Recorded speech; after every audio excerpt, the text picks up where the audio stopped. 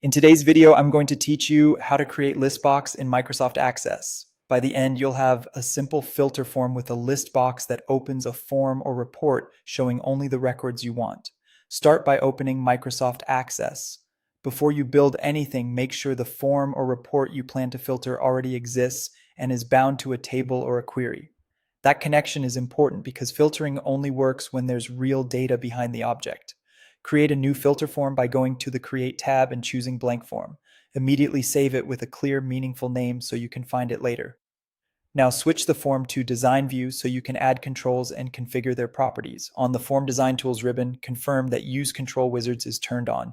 This ensures you get step-by-step prompts for the controls you add. Select the list box control and draw it on the form where you want users to make their selection. When the list box wizard opens, choose how the list will get its values. For filtering, it's best to pull values from an existing table or query so the list stays in sync with your data. Select the specific table or query that contains the values you want to filter by. Next, choose the fields to display. A helpful practice is to include the primary key as the first column, but hide it by setting that column's width to 0. That way the list shows friendly names while still holding the precise identifier you'll use for filtering. Finish by giving the list box a descriptive name you'll recognize in code, such as LST filter. Add a command button to the form. In the command button wizard, pick the action that matches your target. Form operations and open form if you're opening a form, or report operations and preview report if you're opening a report. Select the specific object you want to open. This setup will open your target and use the list box selection as a filter. Give the button a clear name and caption like Open Filtered Results.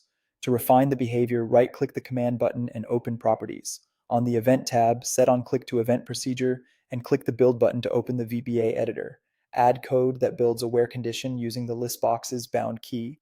For example, docmd.openform your form name, post ID, and me.lst filter. Column 0. If your key is text, wrap it in quotes. docmd.openform your form name, category, and me.lst filter.column 0, and short.